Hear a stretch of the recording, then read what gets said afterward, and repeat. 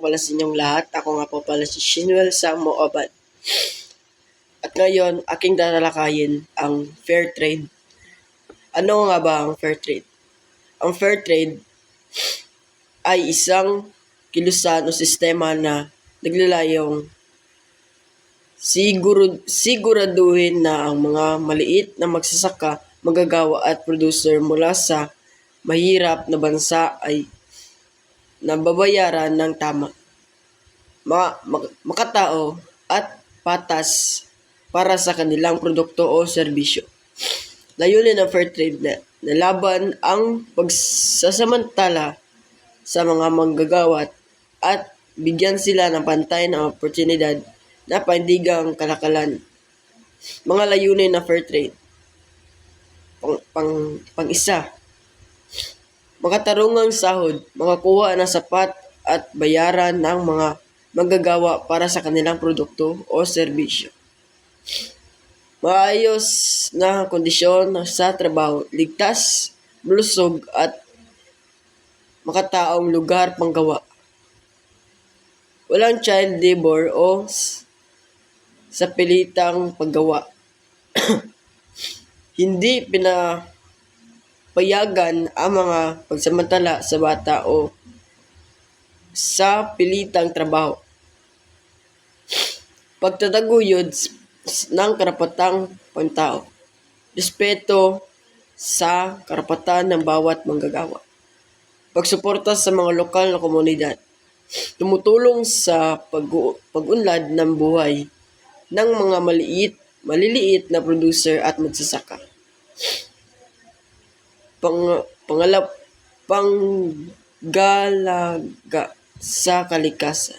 Pangalaga sa kalikasan.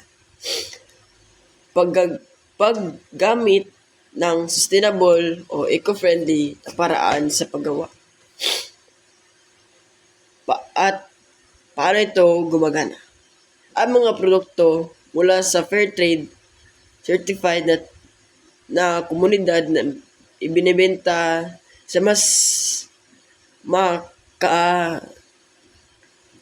katurungang presyo. Halimbawa, sa halip na baratin ang mga magsasaka ng kape, binabayaran sila ng tamang halaga. Bahagi rin ng kikitain ay ibinabalik sa kanilang komunidad para sa edukasyon, kalusugan o infrastruktura. Ang halimbawa ng fair trade na produkto: kape,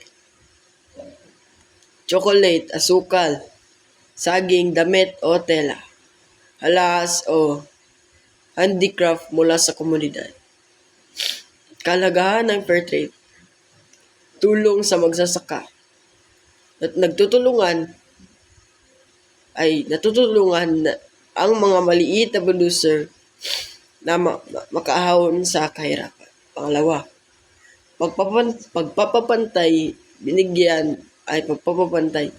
binibigyan ng mga pantay na oportunidad ang mga mahihirap sa merkado. Empowerment. Lumalakas ang boses ng mga manggagawa sa pagdesisyon sa kanilang trabaho. Pangapat, kalikasang protektado, hinihikayat ang eco-friendly na produksyon. Panglima, edukasyon at consumer. Itinuturo sa mga mamimiling na maging reasonable sa kanilang binibili. Halimbawa ng fair trade sa Pilipinas. May mga kooperatiba sa Pilipinas tulad ng coffee farmers sa Bukidnon o artisanal weavers sa Ilocos at Mindanao na bahagi ng fair trade system kapag ibinibenta nila ang kanilang produkto sa ibang bansa o sa mga local fair trade shops. Nakakatanggap sila ng mas mataas na kita kaysa sa karaniwang